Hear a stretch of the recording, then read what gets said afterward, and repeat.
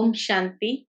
आज 21 मई 2021 के मधुर महावाक्य है और आज की मुरली में बाबा हम बच्चों को बेहद का वैराग्य दिला रहे हैं और कहते हैं, बच्चे अब बहुत गई थोड़ी रही, थोड़ी की भी थोड़ी बची है, अब घर चलना है। तो ये पुरानी देह और दुनिया को बुद्धि से भूल जाना है। साथ ही साथ बाबा कहे अपनी स्थिति बहुत ऊंची रखनी है और उसके लिए निरंतर ये नशा रहे कि मिरुआ मौत मलु का शिकार।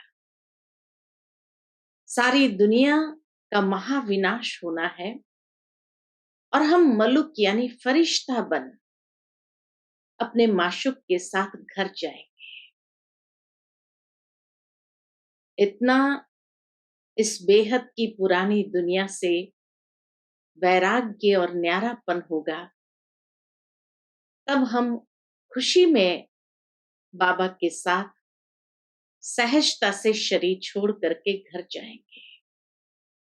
बाबा कहे, जैसे सर्प अपनी खाल को उतारता है और नई धारण करता है, ऐसे तुम भी सहजता से इस शरीर को छोड़ करके बाप के साथ घर जाएंगे। सुनते हैं बाबा के मधुर महावाक्य। ओम शांति। मीठे बच्चे, सदैव याद रखो, बहुत गई थोड़ी रही, अब तो घर चलना है। इस छीछी शरीर और दुनिया को भूल जाना है।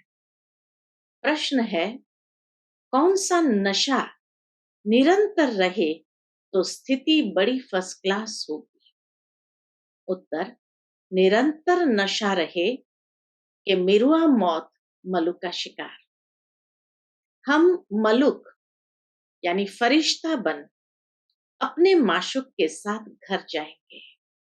बाकी सब खलास होना है। अब हम इस पुरानी खाल को छोड़ नहीं लेंगे। यह ज्ञान सारा दिन बुद्धि में टपकता रहे तो अपार खुशी रहेगी, स्थिति फर्स्ट क्लास बन जाएगी। आज की मुरली का गीत है, यह कौन आज आया सवेरे सवेरे। ओम शांति। ये किसने कहा? बच्चों ने। अतीन्द्रिय सुखमय जीवन में आकर कहते हैं, इतना अतीन्द्रिय सुख वाली स्थिति में आकर कहते हैं, ये कौन आज आया सवेरे सवेरे। तो कहते हैं, बेहद का बाप आया हुआ है। किस लिए? इस पतित दुनिया को बदल पावन दुनिया बनाने। पावन दुनिया कितनी बड़ी होगी, पतित दुनिया कितनी बड़ी है, यह तुम बच्चों की बुद्धि में आना चाहिए। यहां कितने करोड़ों मनुष्य हैं, इनको पतित भ्रष्टाचारी दुनिया कहते हैं। मीठे मीठे बच्चों को दिल में आना चाहिए, हमारी नई दुनिया कितनी छोटी होगी, हम कैसे राज्य करेंगे। हमारे भारत जैसा कोई देश हो नहीं सकता, ये कोई नहीं समझते। भारत स्वर्ग था, उस जैसा कोई देश हो नहीं सकता। तुमको यह समझ में आता है। भारत की महिमा बाबा सुनाते हैं कि ये भारत की महिमा तुम बच्चों के दिल में अंदर समाई हुई है। ये भारत तो अब कोई काम का नहीं है। भारत स्वर्ग था, अब नहीं है। यह किसको याद नहीं आता है कि हमारा भारत सबसे ऊंच है, सबसे प्राचीन है। तुम बच्चों की बुद्धि में आता है, सो भी नंबरवार पुरुषार्थ अनुसार। भारत की महिमा, भारत की श्रेष्ठता बाबा कहे नंबरवार पुरुषार्थ अनुसार ही तुम बच्चों की बुद्धि में आता है। इतनी खुशी, इतना रिगार्ड रहता है इस बात का, इतनी खुशी, इतना रिगार्ड रहता है। बेहद का बाप आया हुआ है, कल्प कल्प आते हैं। माया रावण ने जो हमारा राज्य भाग्य छीन लिया है, वह हम आत्माओं को फिर से अपना राज्य भाग्य बाबा आकर देते हैं। ऐसे नहीं कि कोई लड़ाई से छीना गया है, नहीं। रावण राज्य में हमारी मत भ्रष्टाचारी हो जाती है, श्रेष्ठाचारी से हम भ्रष्टाचारी बन जाते हैं। दुनिया देखो इतनी बढ़ गई है, हमारा भारत देश कितना छोटा था। स्वर्ग में कितने सुखी रहेंगे, हीरे जवाहरतों के महल होंगे, वहां रावण होता नहीं। तुम बच्चों की बुद्धि में खुशी होनी चाहिए, अतीन्द्रिय सुख रहना चाहिए। इतनी खुशी हो, अतीन्द्रिय सुख अंदर में हो, वो कब होगा? तो बाबा कहते हैं, बाप कहते हैं, देही अभिमानी बनो। देह का भान तोड़ने के लिए बाबा ने कहा था 108 चत्तियों वाला कपड़ा पहनो। देह का अभिमान तोड़ने के लिए शिव बाबा ने कहा था, बच्चे 108 चत्तियों वाला कपड़ा पहनो। भले बड़े आदमियों से, जवारियों से कनेक्शन था ब्रह्मा बाबा का, वह नशा टूटे कैसे? देही अभिमानी बनना पड़े।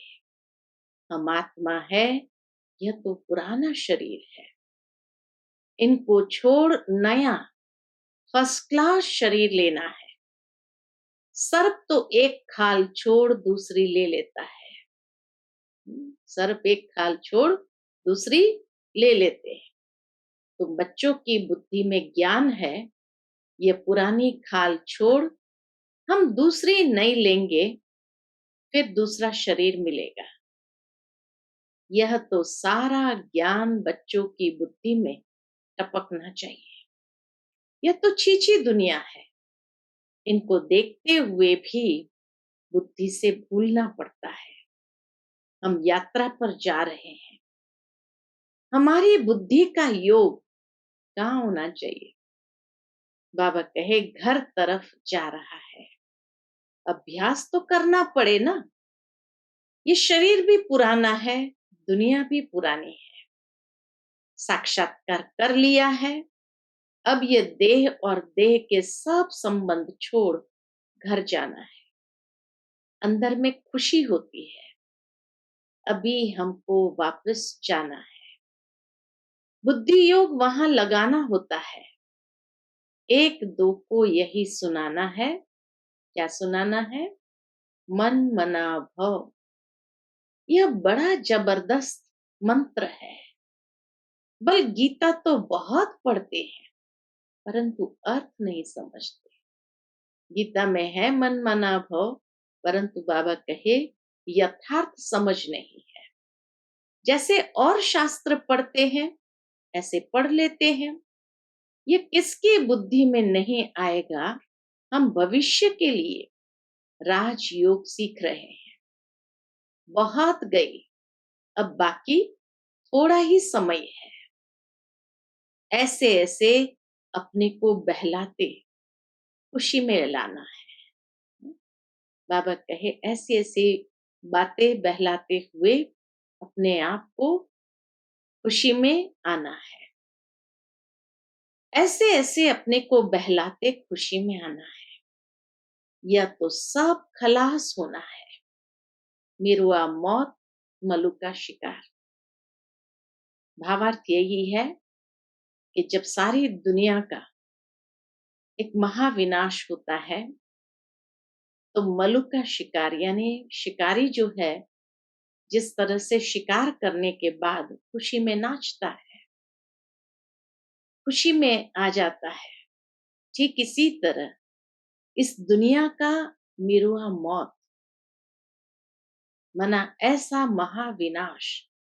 लेकिन उस समय उस शिकारी की तरह खुशी में कौन रहेगा? तो मलुक यानी जो फरिश्ता स्थिति में आ जाएंगे, वही इस दृश्य को भी देख सकेंगे और अपनी स्थिति को भी बहुत फर्स्ट क्लास रख सकेंगे। तो इसीलिए बाबा कहे, मिरुआ मौत मलुक का शिकार। हम मलुक बन यानी फरिश्ता बन अपने माशूक के साथ घर जाएंगे, खुशी खुशी घर जाएंगे। यह आत्माओं का बाप बैठ शिक्षा देते हैं। है भी साधारण, परंतु ऊंचते ऊंच है। बाप आए हैं बेहद का वर्षा देने, कल्प कल्प आते हैं। यह तो छीछी दुनिया है। ऐसी ऐसी बातें करनी होती है। इसको कहा जाता है विचार सागर मंथन। ये शास्त्र आदि तो जन्म जन्मांतर पड़े हैं। हम भारतवासियों ने जितने जप तप आदि किए हैं, उतना और कोई ने नहीं किया है।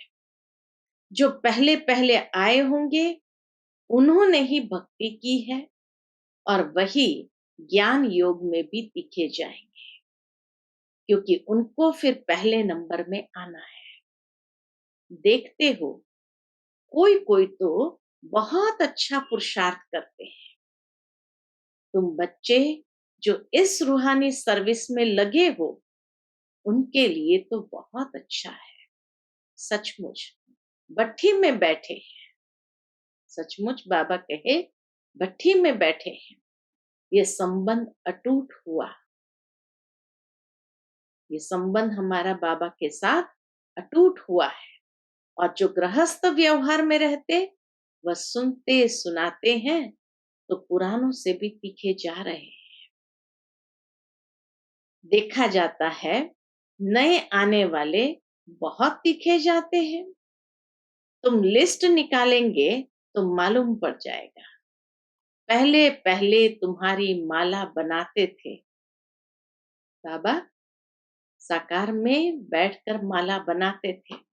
फिर देखा कि कितने अच्छे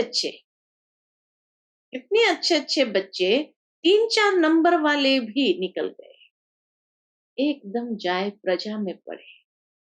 अब तुम्हारी ये स्टूडेंट लाइफ है। गृहस्थ व्यवहार में रहते साथ साथ ये कोर्स पढ़ते हो। बहुत बच्चे डबल कोर्स उठाते हैं, लिफ्ट मिलती है। तुम्हारा कोर्स है कौन सा? तुम्हारा कोर्स है गृहस्थ व्यवहार में रहते यह पढ़ना। इसमें भी कन्याएं बड़ी तीखी जानी चाहिए। कन्याओं के कारण कन्हैया व गोपाल नाम भी गाया हुआ है। है तो गोप, है तो गोप भी, क्योंकि प्रवृत्ति मार्ग है ना। तुम सतयुग में देवी देवता धर्म के थे। ये लक्ष्मी नारायण प्रवृत्ति मार्ग में राज्य करते थे। ये तुम्हारी बुद्धि में टपकना चाहिए कि हम क्या बनते हैं। देवताएं कितने फर्स्ट क्लास है, उन्हों के आगे जाकर महिमा गाते हैं। क्या गाते हैं? आप सर्वगुण संपन्न, 16 कला संपूर्ण, संपूर्ण निर्विकारी, और हम पापी कपटी है। हम निर्गुण हारे में कोई गुण नहीं। अब इसमें भगवान को तरस नहीं खाना है, वह कृपा नहीं करनी है। वास्तव में तरस व कृपा अपने ऊपर ही करनी होती है। भगवान से बाबा कहे कृपा या तरस खाने वाली बात नहीं है। वास्तव में तरस व कृपा अपने ऊपर ही करनी होती है। तुम ही देवता थे, अब क्या बन गए हो? अपने को देखो, फिर पुरुषार्थ कर देवता बन। तो भगवान से तरस कृपा मांगनी नहीं है, रहम मांगना नहीं, अपने ऊपर ही करना है। और ऐसा पुरुषार्थ करना है जो फिर से देव पद को प्राप्त कर सके। श्याम से सुंदर बनने के लिए पुरुषार्थ करना पड़ता है। यह तो भक्ति मार्ग में कहते हैं, मरते थे फलाने की कृपा हुई बच गए। कोई जैसे अंतिम घड़ी पर होता है और बच जाते तो क्या कहते हैं, मरते थे फलाने की कृपा हुई बच गए, उनके आशीर्वाद से। महात्मा आदि के हाथ पकड़कर कहेंगे, आपका आशीर्वाद चाहिए। उनका हाथ पकड़कर कहेंगे, आपके आशीर्वाद चाहिए। यहाँ तो पढ़ाई है, कृपा आदि की बात नहीं। मन मना भव का अर्थ है ना, मंत्र तो बहुत देते हैं, अनेक प्रकार के हठ योग सिखाते हैं, हर एक की अलग अलग शिक्षा होती है। हठ योग के सैंपल देखने हो तो जयपुर के म्यूजियम में जाकर देखो। जयपुर में एक बहुत पुराना म्यूजियम है, वहां हठ योगियों के सारे आसन बताए गए। यहाँ तो कितने आराम से बैठे हो, बुद्धि में है, हमको फिर से बाबा राज्य दे रहे हैं। वहां ही अद्वैत देवी देवता धर्म था और कोई धर्म नहीं था। दो हाथ से ही ताली बजती है, एक धर्म है तो मारा मारी नहीं होती है। वहां एक ही धर्म है तो सुख शांति समृद्धि सब कुछ है। अभी है कलयुग, कलयुग पूरा होगा तो भक्ति भी पूरी होगी। अभी तो मनुष्य की वृद्धि कितनी होती रहती है, भारत की धरती नहीं बढ़ती है, धरती तो वही है, बाकी मनुष्य कम जास्ती होते हैं। वहां मनुष्य बहुत कम होंगे, स्वर्ग में मनुष्य बहुत कम होंगे। दुनिया तो यही होगी, दुनिया कोई छोटी नहीं हो जाएगी। तो तुम बच्चों को बड़ी खुशी रहनी चाहिए, हम योग बल से अपना राज्य स्थापन कर रहे हैं। इसलिए खुशी होनी चाहिए कि हम योग बल से अपना राज्य स्थापन कर रहे हैं। कैसे? बाप की श्रीमत पर। बाप कहते हैं, मामेकम याद करो तो तुम्हारे पाप भस्म होंगे। आत्मा में ही खाद पड़ी हुई है ना। सिर्फ कहते हैं सतो रजो तमो, यह नहीं दिखाते कि आत्मा में ही खाद पड़ती है। सतो रजो तमो कहते हैं, लेकिन ये अवस्था बदली है, आत्मा में खाद पड़ने से ये कोई नहीं समझाते हैं। पहले गोल्डन एज थे, प्योर सोना थे, फिर चांदी पड़ती है, उनको सिल्वर एज कहा जाता है। चंद्रवंशी, अंग्रेजी अक्षर कितने अच्छे हैं, गोल्डन, सिल्वर, कॉपर, फिर आयरन। बाप समझाते हैं आत्मा में खाद पड़ी है, वह निकले कैसे। सतो से तमो बनी है, फिर तमो से सतो कैसे बने। समझते हैं गंगा में स्नान करने से सतो प्रधान बन जाएंगे, इतना सहज थोड़ी होगा तमो से सतो बनना। परंतु यह तो हो न सके, गंगा स्नान आदि तो रोज करते रहते हैं, वहां के लोग तो वही पानी से स्नान करते, वही पानी पीते। कोई तो नेमी हो जाते हैं, नहर पर भी जाकर स्नान करते हैं। तुमको बाप कहते हैं ये नियम रखो, बाप को याद करने का, याद का स्नान, वह यात्रा करो। ज्ञान स्नान भी कराते हैं, योग की यात्रा सिखलाते हैं। बाप ज्ञान देते हैं, इनमें योग का भी ज्ञान, सृष्टि चक्र का भी ज्ञान है। बाकी शास्त्रों का ज्ञान तो बहुत देते हैं, दुनिया के अंदर बहुत महात्माएं शास्त्रों का ज्ञान देते रहते हैं। योग को जानते ही नहीं, हठ योग समझ लिया है। योग आश्रम तो ढेर है, मन मना भव का मंत्र देंगे, लेकिन सिवाय बाप के कोई भी मनुष्य के पास ये ज्ञान नहीं है। लोग महात्माएं मन मना भव का मंत्र देंगे, लेकिन सिवाय बाप के कोई भी मनुष्य के पास यह ज्ञान नहीं है। बाप का परिचय ही नहीं है, तो कैसे मन मना भाव होंगे। अब 84 का चक्र पूरा हुआ है, फिर नई दुनिया होगी। तुम्हारी बुद्धि में है झाड़ की वृद्धि कैसे होती है, ये राजाई स्थापन हो रही है। सब इकट्ठे थोड़ी जाएंगे। ब्राह्मणों का झाड़ बहुत बड़ा होगा, फिर थोड़े थोड़े करके जाएंगे। प्रजा बनती रहेगी। थोड़ा भी कोई ने सुन लिया तो प्रजा में आ जाएंगे। सेंटर्स बहुत वृद्धि को पाएंगे। बाबा की भविष्यवाणी, ब्राह्मणों का झाड़ बहुत बड़ा होगा, फिर धीरे धीरे जाते रहेंगे, फिर आते रहेंगे। सेंटर्स बहुत वृद्धि को पाएंगे। प्रदर्शनियां ढेर जहां तहां होती रहेगी। जैसे मंदिर टिकाणे निकलते जाते हैं, वैसे तुम्हारी प्रदर्शनी भी गांव गांव में होगी। घर घर में प्रदर्शनी रखनी होगी।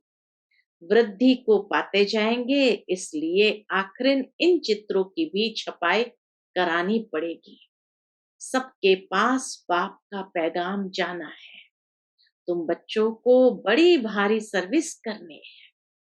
अभी ये प्रोजेक्टर प्रदर्शनी का फैशन निकला है, तो गांव गांव में दिखाना पड़ेगा। वो अच्छी रीति उठाएंगे। शिव जयंती गाई जाती है, परंतु वह कैसे आते हैं ये किसको भी पता नहीं है। शिव पुराण आदि में यह बातें है नहीं। यह बातें तुम सुनते हो, सुनने के समय अच्छा लगता है, फिर भूल जाते हैं। अच्छी रीति पॉइंट्स धारण होगी तो सर्विस भी अच्छी रीति कर सकेंगे, परंतु सब पॉइंट्स किसको धारण नहीं होती है। भाषण करके आएंगे, फिर ख्याल में आएगा अर्जुन यह पॉइंट्स भी समझाते थे तो अच्छा था। जिनको देह अभिमान नहीं होगा वह झट बताएंगे। भाषण कर फिर विचार करेंगे, हमने सब पॉइंट्स ठीक समझाई। अर्जुन यह पॉइंट्स भूल गए हैं। पॉइंट्स कोई साथ नहीं चलने हैं, यह है सिर्फ अभी के लिए, फिर यह खत्म हो जाएगा। इन आंखों से जो कुछ अभी देखते हो, फिर सतयुग में यह नहीं होगा। तुमको ज्ञान का तीसरा नेत्र अब मिलता है। अभी तुम त्रिनेत्री बनते हो। बाबा आकर तुमको ज्ञान दे रहे हैं जो आत्मा धारण करती है। आत्मा को तीसरा नेत्र मिलता है। यह ज्ञान कोई में नहीं है कि मैं आत्मा हूं, इस शरीर द्वारा ये करता हूं। बाबा हमको पढ़ाते हैं। यह बुद्धि में रखना है, इसमें मेहनत है। स्वयं को आत्मा समझ करके चलना और कर्म करना, इसमें ही मेहनत है। बच्चों को मेहनत करनी चाहिए और खुशी में रहना चाहिए। बस अभी हमारा राज्य आया कि आया। तुम जानते हो हमारे राज्य में क्या क्या होगा। तुम बच्चों को तो बहुत खुशी होनी चाहिए कि हम इस पढ़ाई से राज्य लेते हैं। पढ़ने वाले को मर्तबा याद रहता है। हम पढ़ते हैं भविष्य के लिए। अच्छा पढ़ेंगे तो राजगद्दी पर बैठेंगे। वे तो नामी ग्रामी हो जाते हैं। अभी लिस्ट निकाले, माला बनाए तो सब कहेंगे फलानी बच्ची को हमारे पास भेजो। रिफ्रेश करते हैं, भाषण करने वालों को बुलाते हैं, तो उनका रिगार्ड भी रखना चाहिए। हमको इन जैसा होशियार बनना है। अच्छा, मीठे मीठे सिकिलते बच्चों प्रति माता पिता बाप दादा का याद प्यार और गुड मॉर्निंग। रूहानी बाप की रूहानी बच्चों को नमस्ते। हम सब रूहानी बच्चों की रूहानी माता पिता बाप दादा को याद प्यार गुड मॉर्निंग और नमस्ते नमस्ते। शुक्रिया बाबा, शुक्रिया। आज की मुरली से धारणा के लिए मुख्य सार है। पहली पॉइंट, अतीन्द्रिय सुख का अनुभव करने के लिए देह के भान को तोड़ने का पुरुषार्थ करना है। अब वापस घर जाना है, इसलिए बुद्धि योग घर से लगा रहे।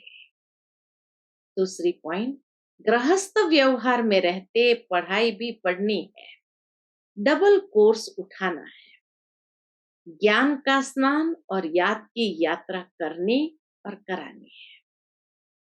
आज का बाबा का मधुर वरदान है, न्यारेपन के अभ्यास द्वारा फरिश्ते रूप का साक्षात्कार कराने वाले निरंतर सहज योगी भव। न्यारेपन के अभ्यास द्वारा फरिश्ते रूप का साक्षात्कार कराने वाले निरंतर सहज योगी भव। जैसे कोई भी वस्त्र धारण करना व न करना अपने हाथ में होता है, ऐसा अनुभव इस शरीर रूपी वस्त्र में हो। जिस तरह बाबा कहे दुनिया में वस्त्र धारण करना व न करना अपने हाथ में है, तो ऐसा अनुभव हो कि शरीर रूपी वस्त्र भी हम चाहे तब छोड़ सकते हैं, चाहे तब धारण कर सकते हैं। तो ऐसा अनुभव इस शरीर रूपी वस्त्र में हो। जैसे वस्त्र को धारण करके कार्य किया और कार्य पूरा होते ही वस्त्र से न्यारे हुए, शरीर और आत्मा दोनों का न्यारापन चलते फिरते अनुभव, तब कहेंगे निरंतर सहज योगी। ऐसे डिटैच रहने वाले बच्चों द्वारा अनेक आत्माओं को फरिश्ते रूप और भविष्य राज्य पद के साक्षात्कार होंगे। अंत में इस सर्विस से ही प्रभाव निकलेगा। आज का बाबा का स्लोगन है, संगम का एक सेकंड भी व्यर्थ गंवाना अर्थात एक वर्ष गंवाना। संगम का एक सेकंड भी व्यर्थ गंवाना अर्थात एक वर्ष गंवाना। अच्छा, Om Shanti. To watch Peace of Mind channel videos on YouTube, subscribe us on youtube.com/tvpeaceofmind. Just a click for a peaceful life.